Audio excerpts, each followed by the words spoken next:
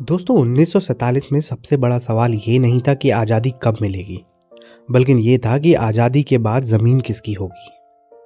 British राज चल रहा था, लेकिन जाते जाते वो एक ऐसा डिसीजन छोड़ गए जो जिंदा जिस्म पर एक एनेस्थीसिया के बिना चीरा लगाने के समान था। भारत और पाकिस्तान के बीच सीमा का फैसला बहुत जल्दी में हुआ और बहुत प्रेशर में हुआ था। शायद इसीलिए इसका नतीजा बहुत खूनी निकला। इस पूरे प्रोसेस के सेंट्रल में थे लॉर्ड माउंटबेटन। लंदन से उनको सीधे इंस्ट्रक्शंस थे कि ब्रिटिश ऑफिसर और आर्मी को सुरक्षित निकालना है और जल्द ही हिंदुस्तान को 2 टुकड़ों में बांट देना है। ग्राउंड रियलिटी को समझने का वक्त तक नहीं था और तभी तुरंत एक बाउंड्री डिसाइड करने के लिए एक कमीशन बना, जिस कमीशन का चेयरमैन था एक ब्रिटिश लॉयर, सीरियल रैडक्लिफ। सबसे बड़ी बात यह थी कि रैडक्लिफ ने इंडिया कभी देखा ही नहीं था। उसके सामने सिर्फ सेंसस के कुछ नंबर्स थे, कौन हिंदू मेजॉरिटी कौन मुस्लिम मेजॉरिटी, और उनसे कहा गया कि इस डेटा के बेस पर एक लकीर खींच दो। लेकिन दोस्तों पंजाब और बंगाल जैसे इलाकों में प्रॉब्लम और ज़्यादा गहरी थी। शहर अलग, सप्लाई लाइन अलग, लेकिन सिर्फ 5 हफ्तों में एक लाइन खींच दी गई जिसे हम आज रैडक्लिफ लाइन के नाम से जानते हैं। लेकिन दोस्तों इसके साथ साथ यहाँ हमें उस टाइम के लीडरशिप का माइंडसेट समझना बहुत ज़रूरी है। महात्मा गांधी पार्टीशन के सख्त खिलाफ थे।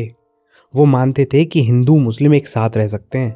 आज़ादी के बाद जब देश जश्न मना रहा था तो गांधी जी बंगाल के दंगे पीड़ित इलाकों में लोगों को शांत कर रहे थे, बिना किसी पोस्ट और बिना किसी पावर के।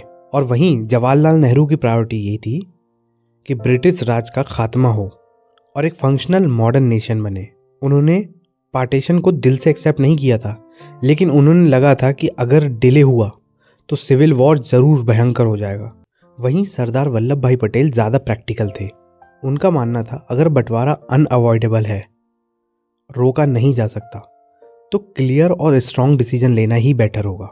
बाद में उन्होंने 560 से ज़्यादा प्रिंसली स्टेट्स को इंडिया में इंटीग्रेट करने के लिए देश को बहुत बड़ा योगदान दिया है और इस देश को बिखरने से बचाया है। और दूसरी तरफ थे मोहम्मद अली जिन्ना। उनका मानना था कि मुस्लिम एक अलग नेशन के बिना सुरक्षित नहीं रह पाएंगे। उन्होंने पाकिस्तान की डिमांड पर जिद की और आखिरकार वही डिमांड ने एक नए मुल्क को जन्म दिया। सबसे दर्दनाक सच तो ये है कि जब तक लोगों को पता चलता कि उनका शहर किस देश में जा रहा है, तब तक आग भड़क चुकी थी।